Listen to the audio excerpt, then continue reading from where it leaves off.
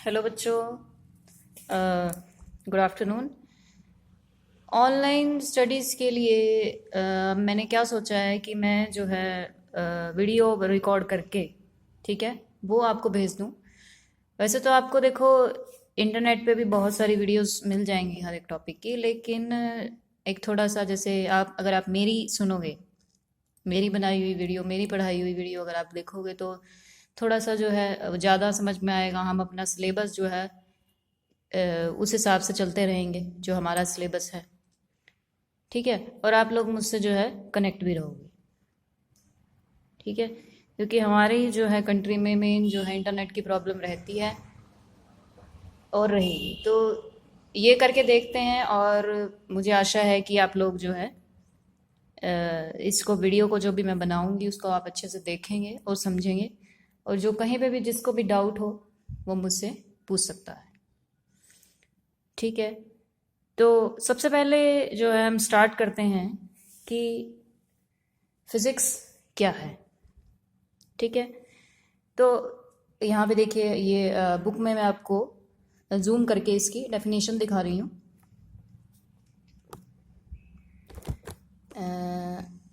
ये लीजिए, ठीक है। इसमें आप देख क्या लिखा है।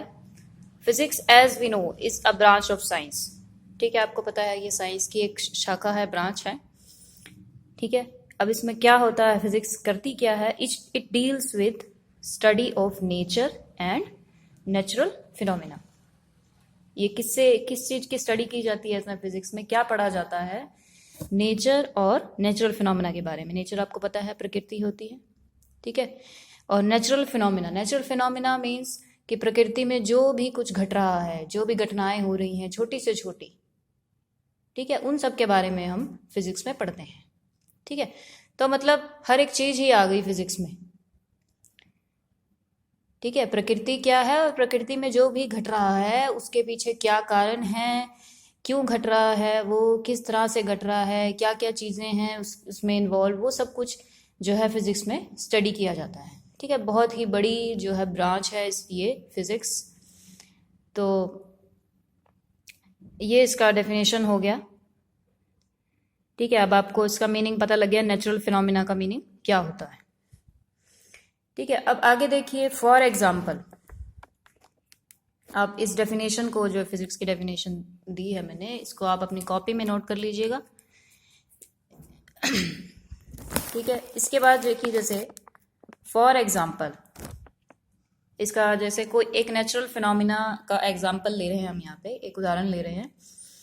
क्या है कि every body when free falls down on the surface of earth. Every body मतलब हर कोई बॉडी जो है, हर बॉडी, हर कोई भी चीज, मतलब एवरी बॉडी का मतलब क्या है, कोई भी चीज, ठीक है। बॉडी मतलब शरीर नहीं, कोई भी चीज जो है, जब वो फ्री आप उसको छोड़ दोगे तो वो क्या आएगी, इट फॉल्स डाउन, मतलब नीचे गिरेगी, on the surface of earth, earth के सरफेस पे, ठीक है।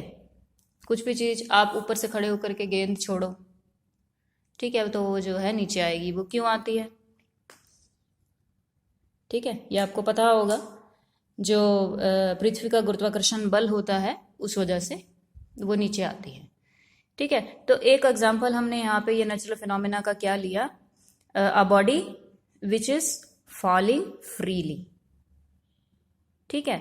अब इस नेचुरल फिनोमिना को स्टडी करने के लिए हमें देखो बहुत सारी चीज़ों का पता होना चाहिए। हम क्या क्या इस फिनोमिना को समझने के लिए हम क्या क्या करेंगे कि वाई द बॉडी फॉल्स, क्या लिखा हुआ है इसमें यहाँ पे, to understand this natural phenomena we must know why the body falls, कि हमें पता होना चाहिए कि बॉडी नीचे क्यों गिरी, ठीक है। उसका कारण मैंने अभी अभी आपको बताया कि पृथ्वी के गुरुत्वाकर्षण बल की वजह से, ठीक है। गुरुत्वाकर्षण बल का जो चैप्टर है इसमें आपके फिजिक्स में आएगा, 6th चैप्टर है वो, वहां पे उसको अच्छे से पढ़ा जाएगा। तो फिलहाल वैसे आपको पता ही है, आपने 9वीं में पढ़ा है, गुरुत्वाकर्षण बल की वजह से हर एक चीज जो है नीचे की तरफ आती है, ऊपर की तरफ नहीं जाती। तो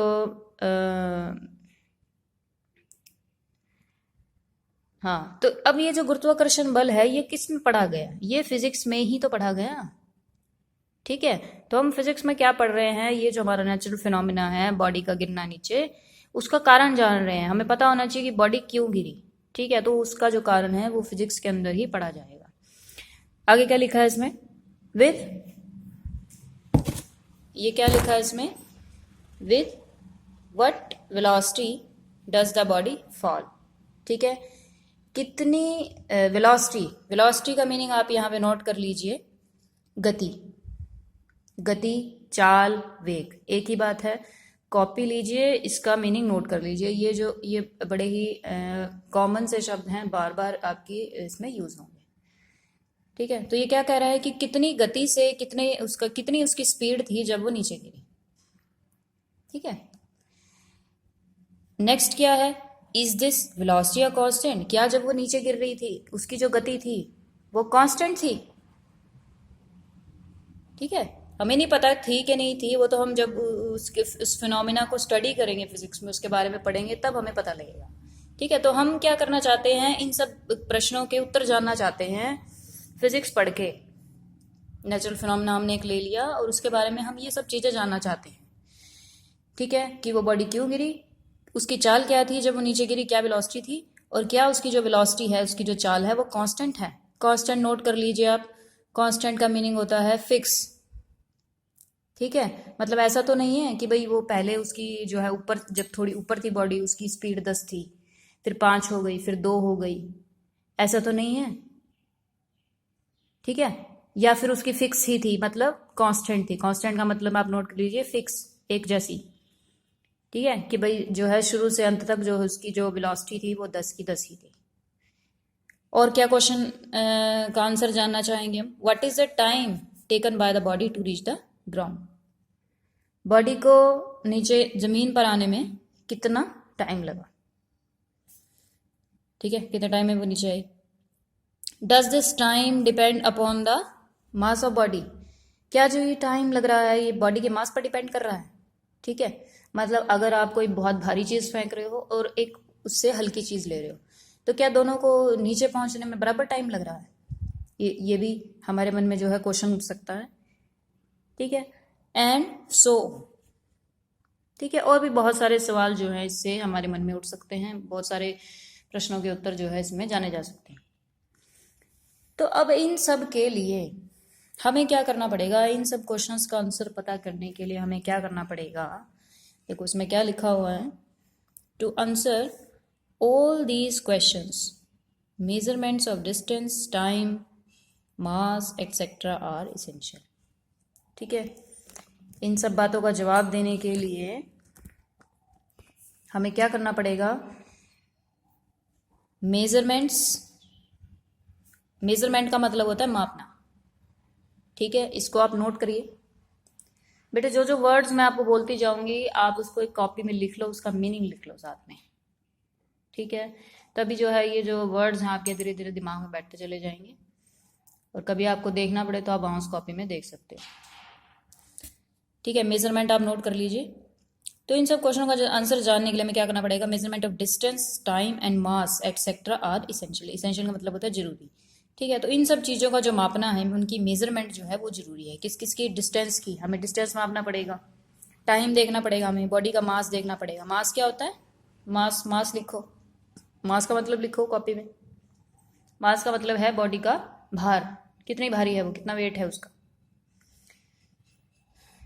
ठीक है, तो हमें क्या करना पड़ रहा है, किसी भी नेचुरल फिनोमिना को पढ़ने के लिए हमें बहुत सारे सवालों को जवाब चाहिए, और उन सवालों का जवाब देने के लिए हमें क्या चाहिए, मेजरमेंट।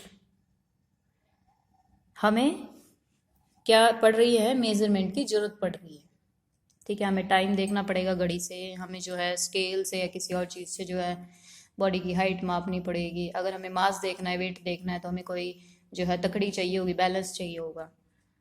ठीक है, तो हमें क्या है, we realise the necessity of measurement, हमें जो है मापने की ज़रूरत पड़ रही है। ठीक है, ये है बेटे क्या है इसमें, मैंने तुम्हें बताया फिजिक्स क्या है। अभी तक मैंने क्या बताया कि फिजिक्स क्या है, और फिजिक्स के अंदर हम जो भी कुछ पढ़ेंगे उसके लिए हमें क्या पड़ेगी, मेजरमेंट की ज़रूरत। ठीक है, जैसे अब इसने एक और एग्जांपल लिया है, अभी तक हमने एक एग्जांपल लिया था, body falling freely on earth. अब एक और एग्जांपल लिया है इलेक्ट्रिक बल्ब का। ठीक है, it glows by consuming electric energy. कैसे चलता है ये इलेक्ट्रिक बल्ब जो है, हमारा बल्ब जो है, कैसे चलता है? Electric energy. इलेक्ट्रिक एनर्जी मतलब विद्युत ऊर्जा। ऊर्जा, इसको नोट कर लो, एनर्जी। एनर्जी का मतलब होता है ऊर्जा। ठीक है, तो उसमें जो है तुम्हारी जो है विद्युत ऊर्जा खर्च हो रही है, तुम्हारी बिजली खर्च हो रही है, फिर उसका हमारे पास जो है बिल आता है घर में। ठीक है, तो वो क्या है, वो मापना पड़ता है उस टाइम, मीटर देखना पड़ता है कि कितनी यूनिट फूकी है। ठीक है, तो वहां भी क्या हो रही है, मेजरमेंट हो रही है, मापा जा रहा है वहां पर। ठीक है, एक और एग्जांपल दिया हुआ है, if someone is having fever. Fever, बुखार, ये पता होगा आपको। अगर किसी को बुखार है, हमें क्या देखना पड़ेगा? Measurement of temperature of body is essential. हमें उसका जो टेम्परेचर है, टेम्परेचर का मीनिंग लिख लो आप, तापमान। वैसे ये टेम्परेचर तो आपको पता ही होगा। तो बॉडी का जो है तापमान हमें मापना पड़ेगा। ठीक है, थर्मामीटर से हम मापते हैं।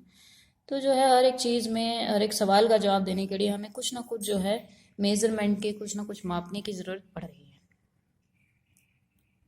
ठीक है बेटे, तो अब हम आगे पढ़ेंगे कि जो है मेजरमेंट कैसे करते हैं, क्या चीज़ है ये, मतलब कैसे है मापना। ठीक है, अभी देखते हैं आगे क्या है। देखो ये इसी पेज पे है आपका next topic, the measuring process. ठीक है, मेजरमेंट जो है, हमने मापना जो है, प्रक्रिया क्या है? प्रोसेस का मतलब क्या है? प्रक्रिया। ठीक है, तो कैसे जो है मापते कैसे हैं? देखो अभी तक मैं आपको फिजिक्स की डेफिनेशन पढ़ाई, ठीक है, मेजरमेंट बताया कि मेजरमेंट की हमें ज़रूरत पड़ेगी। ये सब चीज़ें जो है बेसिक हैं, हालांकि एग्ज़ाम में आपसे कोई नहीं पूछेगा इनका बारे में, लेकिन जो है शुरू में जो है स्टार्ट करने के लिए, चीज़ को समझने के लिए हमें बिल्कुल जो है बेसिक से चल रहे हैं हम। ठीक है, तो मेजरिंग प्रोसेस में देखिए क्या है, द प्रोसेस ऑफ मेजरमेंट, क्या लिखा है इसमें? The process of measurement is basically a comparison process. ठीक है, मेजरमेंट की प्रोसेस वो क्या कह रहा है, बेसिकली क्या है? Comparison process. कंपैरिजन मतलब तुलना। ठीक है, इसमें हम क्या करते हैं? तुलना करते हैं। ठीक है, देखो क्या है कंपैरिजन प्रोसेस में क्या होगा, इट इन्वॉल्व्स द, यहाँ क्या लिखा हुआ है, it involves the selection of a unit of measurement and comparing the quantity with the standard unit.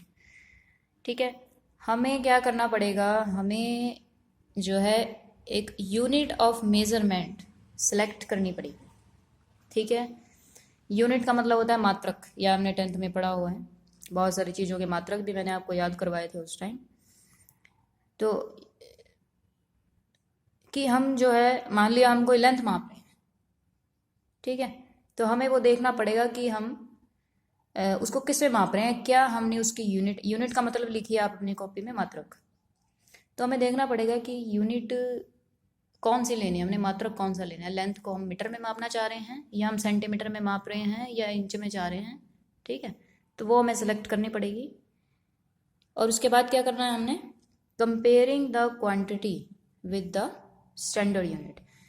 उसके बाद जो भी क्वांटिटी हमने मापनी है, ठीक है, जैसे कि मैंने बात की लेंथ की, तो यहाँ पे लेंथ क्या हो गई आपकी, क्वांटिटी। जिस भी क्वांटिटी को हमने मापना है उसको हमें क्या करना पड़ेगा, उस स्टैंडर्ड यूनिट से, उस जो मात्रक हमने लिया है उससे कंपेयर करना पड़ेगा।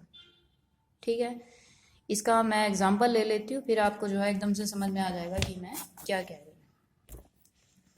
तो देखिए ये रहा आपके सामने एग्जांपल। ठीक है, हमारे पास एक लाइन है ए बी, ये है लाइन हमारे पास ए बी, इसकी हम लेंथ मापना चाहते हैं। ठीक है, तो बेटे यहाँ पे क्वांटिटी जो वही वो हो गई लेंथ, जो चीज़ हम मापना चाह रहे हैं वो उसको क्वांटिटी बोल देते हैं, लेंथ। ठीक है, और यूनिट जो हम चूज़ करेंगे, मैंने क्या बोला था कि हमें जो सबसे पहले जो है यूनिट चूज़ करनी पड़ेगी। ठीक है, तो यूनिट मान लिया मैं मीटर चूज़ कर लेती हूँ। मैं इसका जो ए बी की जो लेंथ है, लंबाई जो है इसकी, वो मीटर में चाहती हूँ अपना आंसर। तो हम क्या देखेंगे इसमें कि हम जो है अपनी ये क्या है, 1 मीटर का स्केल है कोई। ठीक है, 1 मीटर का स्केल है, हमने उसको इस ए बी लाइन के जिसको हम मापना चाहते हैं उसके अलॉन्ग रख दिया। ठीक है, तो ये 3 बार आया है इसमें। तो इसमें क्या हो रहा है, हमने कंपेयर किया है कि ये जो मीटर है, मैंने क्या कहा था, किसको कंपेयर करना है, क्वांटिटी को यूनिट से। ठीक है, तो ये जो लेंथ है तुम्हारी वो 3 बार इसमें आई है। ठीक है, ये जो मीटर स्केल है तुम्हारा, 1 मीटर का स्केल है, तो ये 3 बार आया है, तो इसका मतलब इसकी जो लेंथ हो गई वो 3 मीटर हो गई। ठीक है, तो हम क्या कर रहे हैं, बेसिकली इसमें कंपेयर कर रहे हैं कि जो मीटर जो है वो इसमें 3 बार आ रहा है। ठीक है, तो process of measurement is basically a comparison process. Comparison करते हैं हम, इसमें तुलना करते हैं। अच्छा, अब इसमें ये देखो, इसमें ए बी को हमने लिखा है, जो इसकी लेंथ आई 3 मीटर लिख दिया हमने। और यहाँ पे देखिए आप कि हमने जो है 3 मीटर, ठीक है, पूरा लिखना है इसमें। जब भी हम लेंथ लिखते, बच्चे जनरली क्या करते हैं, कभी भी यूनिट नहीं लगाते। ये जो मीटर है, यूनिट जो है, इसको कभी नहीं लगाएंगे, आंसर 3 लिख देंगे। ठीक है, तो बेटे 3 लिखना, 3 लिखोगे उसका भी कोई मीनिंग नहीं है, अकेला 3 लिखोगे। अगर इसको खाली मीटर लिखोगे उसका भी कोई मीनिंग नहीं है। तो मतलब क्या है, ये दोनों चीज़ें जो हैं तुम्हारी इक्वली इम्पॉर्टेंट हैं, बराबर जो है इम्पॉर्टेंट है ये। ठीक है, इस पैरे में जो है वही बात लिख रखी है जो मैंने अभी बोली है। अब इसको, इन दोनों चीज़ों को देखो क्या क्या बोलते हैं। इसको बोलते हैं 3 को, ये जो 3 जो आया है नंबर जो है, इसको बोलते हैं न्यूमेरिकल वैल्यू। ठीक है,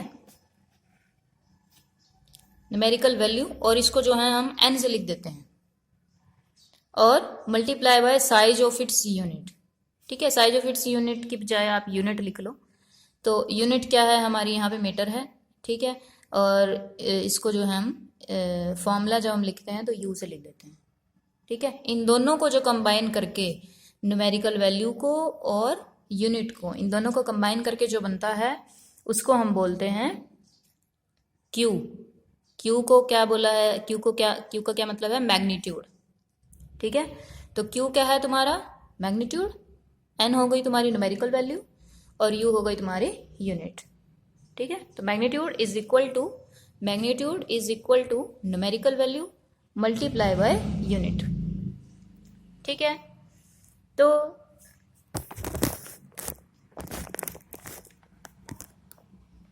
अब इसमें क्या है, देखो एक फॉर्मूला और बनाया है इसमें, Q is equal to N1U1 is equal to N2U2। ठीक है, ये देखो क्या है, अलग अलग उसमें सिस्टम में है। जैसे कि अब ये जो है आपका, जैसे कि 3 मीटर है, लेंथ आपने 3 मीटर थी, अगर आप इसको सेंटीमीटर में मापोगे तो कितनी हो जाएगी, 300 सेंटीमीटर हो जाएगी। ठीक है, तो यहाँ पे क्या हो जाएगा, आप जो ये मैग्नीट्यूड है, ये जो मैग्नीट्यूड है आपका, ये आप 3 मीटर भी लिख सकते हो और 300 सेंटीमीटर भी लिख सकते हो। ठीक है, तो यहाँ पे इस वाले केस में, 3 मीटर वाले केस में, जो न्यूमेरिकल वैल्यू हो गई वो हो गई 3, और यूनिट जो हो गई वो मीटर हो गई, और यहाँ पे जो है न्यूमेरिकल वैल्यू वो 300 हो गई, और यूनिट हो गई सेंटीमीटर। ठीक है, दो अलग अलग केसेस में है, तो इसको मैं N1U1 कर लेती हूँ और इसको N2U2 कर लेती हूँ। ठीक है, तो हम यहाँ पे क्या लिख सकते हैं कि जब हम दो अलग अलग सिस्टम्स में, जैसे कि 1 मीटर में 1 सेंटीमीटर में हमने मापी, तो जो उसका जो मैग्नीट्यूड है वो तो उतना ही रहा। ठीक है, 3 मीटर और 300 सेंटीमीटर एक ही बात है, लेकिन जो ये जो वैल्यूज़ हैं N1 U1 N2 U2 ये वैल्यू चेंज हो जाएंगी, ठीक है। हाँ, इन दोनों को जब आप कंबाइन कर रहे हो ये एक ही रहेगा, ठीक है। तो हमने ये लाइन लिखी हुई है यहाँ पे कि जो Q है आपका मैग्नीट्यूड वो उतना ही रहेगा, लेकिन अगर आप अलग अलग सिस्टम में उनको मापते हो तो ये जो वैल्यूज़ हैं ये चेंज हो जाएंगी, ठीक है। N1 N2 ये चेंज हो जाएंगे, U आपका चेंज हो जाएगा, U1 U2 हो जाएगा। तो ये चीज़ है इसमें, ठीक है। आज के लिए इतना ही, और इसको वीडियो को मैं भेज रही हूँ आपके पास, और मुझे बताना समझ आई कि नहीं। और जो जिसको जो दिक्कत हो, प्रॉब्लम मेरे से पूछ सकता है, कॉल करके, व्हाट्सएप करके, कैसे भी करके। Thank you.